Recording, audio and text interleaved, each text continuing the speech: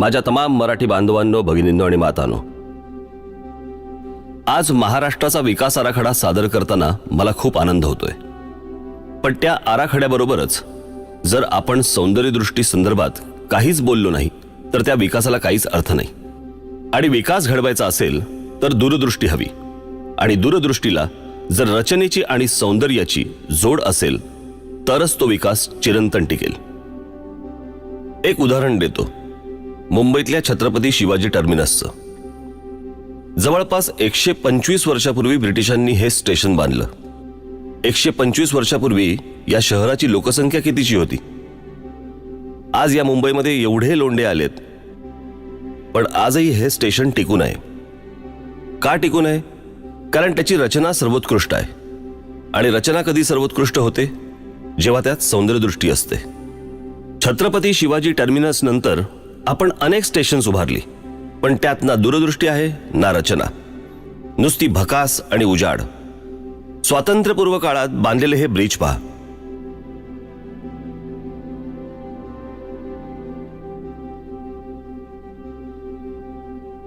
आणि आपण बांधलेले हे ब्रिज पहा. मूलभूत गरजा सोडवण्याबरोबरच पायाभूत सुविधांमध्ये सौंदर्यदृष्टी नसेल तर काय उपयोग? म्हणून आमचा हा छोटासा प्रयत्न, जो राज्य सरकारसाठी, महानगरपालिकांसाठी, जिल्हा परिषदांसाठी, ग्रामपंचायतींसाठी आणि आपल्या सर्वांसाठी महत्त्वाचं ठरेल. एक पटकन डोळ्यासमोर परदेशातलं उदाहरण येते. याचा अर्थ असा नाही की परदेशातलंच काय ते चांगलं आणि आपल्याकडचंच काय ते वाईट. माझं म्हणणं एवढंच आहे की जे चांगलं आहे ते स्वीकारायला काय हरकत आहे. एक उत्कृष्ट केस स्टडी आहे न्यूयॉर्क मधल्या सेंट्रल पार्कची. न्यूयॉर्कच्या मॅनहॅटनला शहराच्या अगदी मध्यात ते पार्क आहे. ते सुरू झालं 1857 साली, जेव्हा आपण स्वातंत्र्याची पहिली लढाई लढत होतो. हे पार्क 778 एकरात पसरलंय. म्हणजे आपल्या मुंबईच्या शिवाजी पार्क एवढी 28 ते 30 मैदानं बसतील एवढं मोठं पार्क आहे ते. नागरिकांनीच पुढाकार घेऊन ते सुरू केलं, राखलं, आणि आजही न्यूयॉर्कच्या गजबजाटात ते पार्क स्वतःचं सौंदर्य टिकून आहे. कोणा एकाची मालकी नाही की अतिक्रमण नाही. इथे दाट झाडी आहे, प्राणी संग्रहालय आहे, तळं आहे, पक्षी निरीक्षण केंद्र आहे. मुख्य म्हणजे या वर्दळीच्या भागात लोकांना हवी असलेली एक शांतता आहे. आणि या एवढ्या मोठ्या पार्कचं व्यवस्थापन कुठचीही सरकारी यंत्रणा करत नाही, तर सेंट्रल पार्क कॉन्झर्वन्सी नावाची संस्था करते. हे का होत असेल? कारण ते पार्क लोकांनी उभारले. ते इतकं सुंदर राखलंय की ते लोकांना आजही हवंसं वाटतंय. त्या तुलनेत आपल्याकडे काय आहे? आपल्याकडे पण मुंबईत एक पार्क आहे, बोरिवलीचं संजय गांधी राष्ट्रीय उद्यान. वन विभागाच्या जमिनीवर हे पसरलंय. बरं, हे जंगल किती अवाढव्य आहे माहितीये? पवईला सुरू होतं ते थेट संपतं घोडबंदरला. हे जंगल किती पसरलंय माहितीये? ते आहे 104 चौरस किलोमीटर्स. मी तुम्हाला सेंट्रल पार्कमध्ये किती शिवाजी पार्क मैदानं बसतील हे सांगितलं. आता आपल्या मुंबईतलं जंगल किती आहे माहितीये? 30 सेंट्रल पार्क बसतील एवढ्या अवाढव्य जागेवर हे पसरलंय. बरं, न्यूयॉर्कला असं पार्क उभारावं लागलं, तर आपल्याकडे निसर्गानेच आपल्या पदरात दान टाकलंय. पण आपण या पार्कची काय अवस्था करून ठेवली आहे माहितीये? भीषण अवस्था आहे. पार्कला चारी बाजूनी वाळवी लागल्यासारख्या इमारती आहेत. बिल्डर मंडळी वाटेल तसं जंगल ओरबाडतायत. जंगल आक्रस्तय. तिथले प्राणी शहरात आसरा शोधतायत.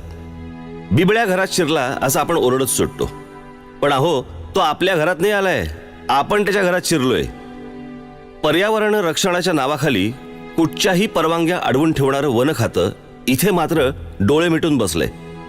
अक्षरशः या जागेवर बलात्कार होतोय. वन विभागाच्या अशा अनेक जमिनी सरकारी आशीर्वादाने कशा ओरबाडल्या जात आहेत हे मी तुम्हाला दाखवतो.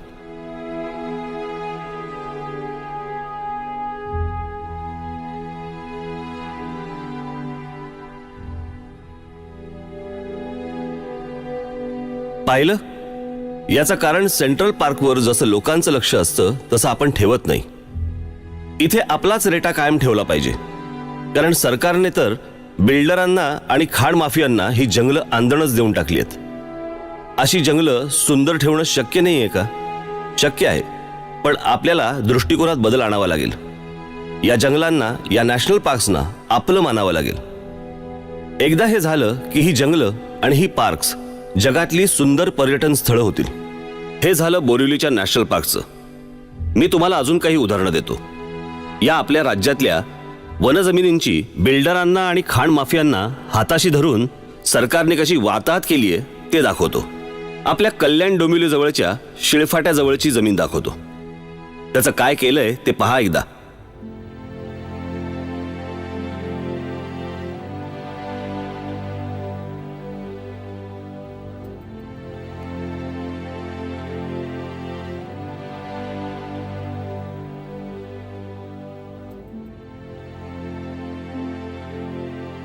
आता हे नवी मुंबईतले वन विभागाचे डोंगर.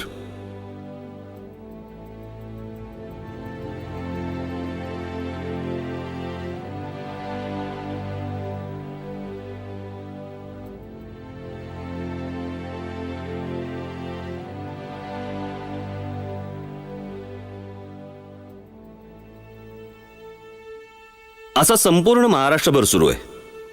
हा विध्वंस तुम्ही पाहिलात. आता हे पहा.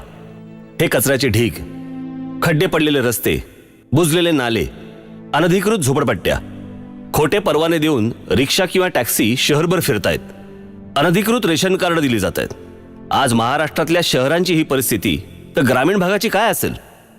ग्रामीण भागातील विद्यार्थ्यांचे हाल बघा काय होतात ते. एखादं अधिकृत काम करायला गेलं तर 100 अडचणी येतात, पण अनधिकृत काम करायला काहीच अडचणी येत नाही. पण या सगळ्याला जबाबदार कोण? फक्त लोकप्रतिनिधी आणि प्रशासन? नाही.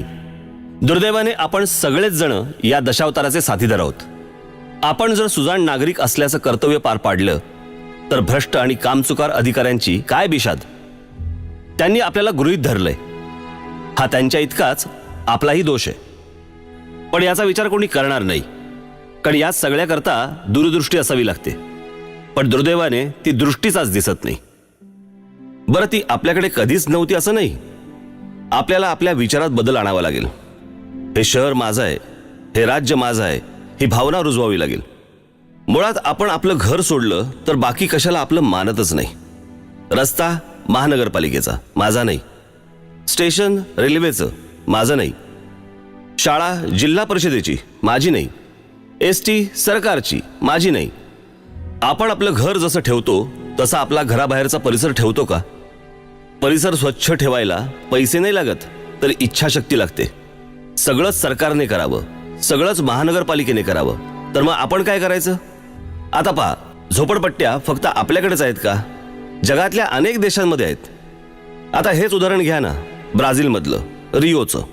तिथेही झोपडपट्ट्या आहेत, पण ते लोक त्या झोपडपट्ट्या स्वच्छ ठेवतात, परिसर स्वच्छ ठेवतात. आत्ताच तिथे फुटबॉल वर्ल्ड कप झाला. आपल्याकडे मुंबईत होईल? शक्यच नाही, कारण रचनाच नाही, स्वच्छता नाही, सौंदर्यदृष्टी नाही. आणि सौंदर्यदृष्टी, रचना, स्वच्छता याचा गरिबी आणि श्रीमंतीशी काय संबंध? आपण आपल्या घराची जशी काळजी घेतो तशी आपल्या गावाची, आपल्या शहराची, महाराष्ट्राची काळजी घेतो का?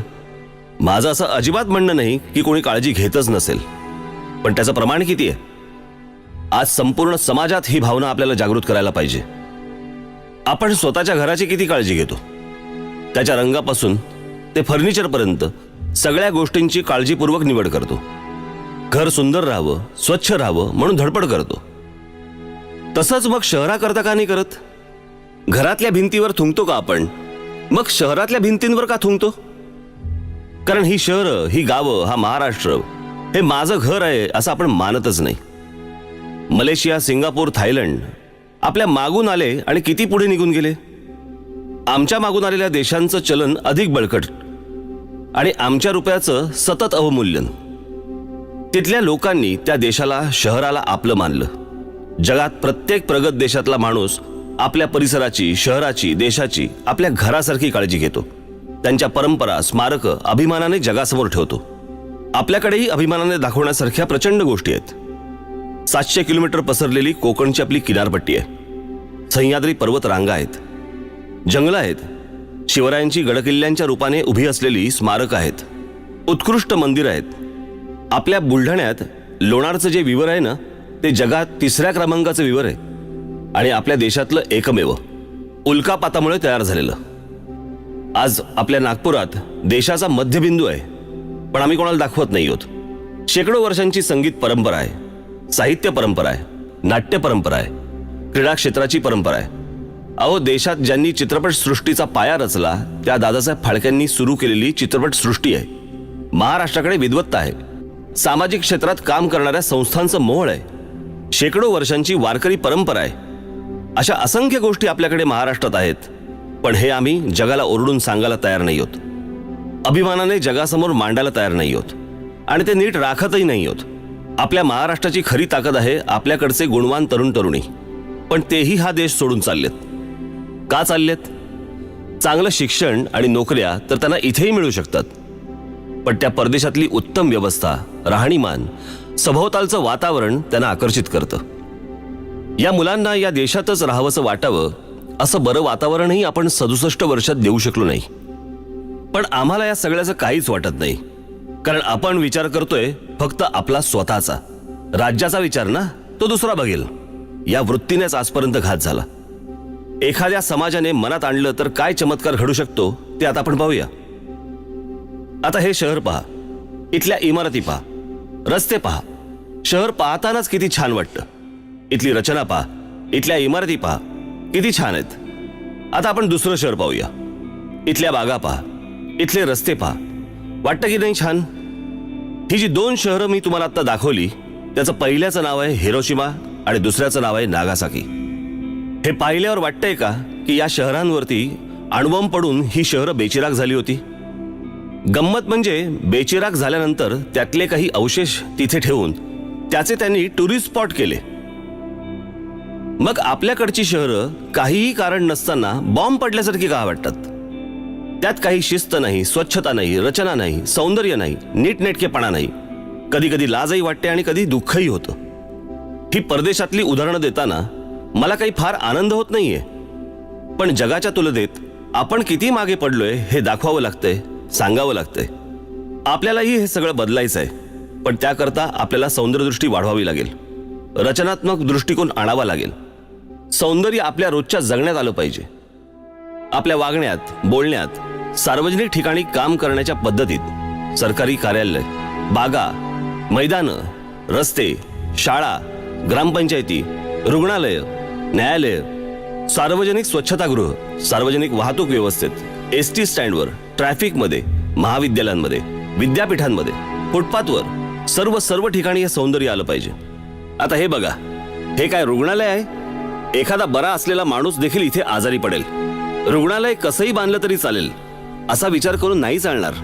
तिथे येणारा रुग्ण, त्याचे नातेवाईक यांच्या मनाला बरं वाटेल असं छान वातावरण आपल्याला तयार नाही का करता येणार? शाळेची इमारत घ्या, तिथे जाऊ नये, तिथे शिकू नये अशी का असते? छान रंगवलेली, सुरेख रचना असलेली, तिथे जावं, खेळत बागडत शिकावं असं तिथलं वातावरण का नसतं? काही खाजगी शाळा सोडल्या तर हे वातावरण कुठेच नसतं. आता आपली शासकीय कार्यालय घ्या, दुःखी, कष्टी अशी का असतात? तिथे जाऊच नये असं वाटतं. त्या वातावरणातच एक सुस्तपणा, निरुत्साह असतो. सगळीकडे तेच वातावरण.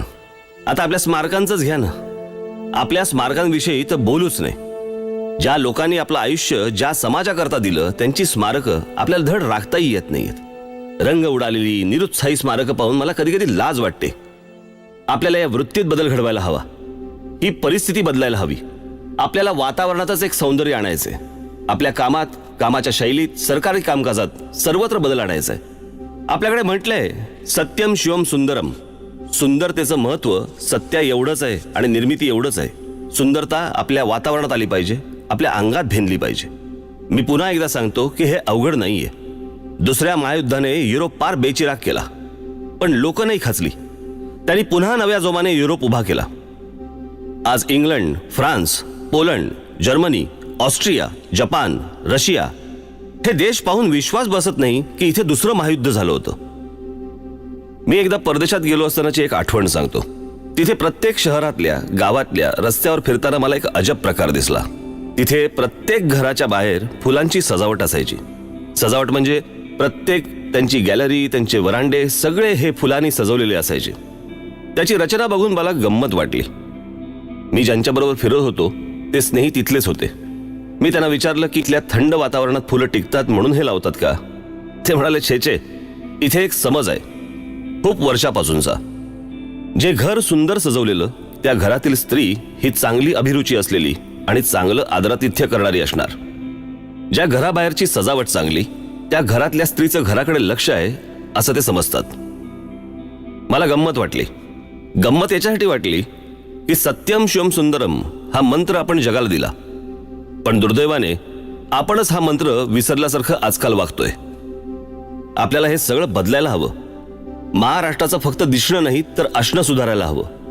बदल फक्त वरवरचा नाही तर तो आपल्या वृत्तीत यायला हवा. आपल्या वागण्यात, बोलण्यात, सार्वजनिक कार्यक्रम घेण्यात, किंबहुना राजकारणात देखील आपल्याला बदल घडवायचा आहे. कामाच्या पद्धतीत, कामाच्या झपाट्यात, सर्वत्र हे दिसलं पाहिजे. आपल्याला महाराष्ट्र सुंदर केला पाहिजे. महाराष्ट्र सुंदर म्हणजे रस्ते, नद्या, शाळा, सरकारी कार्यालय, बागा, सगळं वातावरण सुंदर केलं पाहिजे. मन प्रसन्न तर ते मन स्वप्न पाहिल मोठी. महाराष्ट्राला मोठं करण्याचं, संपन्न करण्याचं स्वप्न आपल्याला पाहायचंय. एका उत्तम मराठी समाजाचं स्वप्न. हे सारं सुरू होईल सुंदर राहण्यापासून, सुंदर रचनेपासून. ही सुंदर रचना हीच आपल्या महाराष्ट्राच्या विकासाच्या आराखड्याची गुरुकिल्ली. हीच आपली कार्यसंस्कृती, हीच आपली दिशा सुंदर आणि संपन्न महाराष्ट्राची.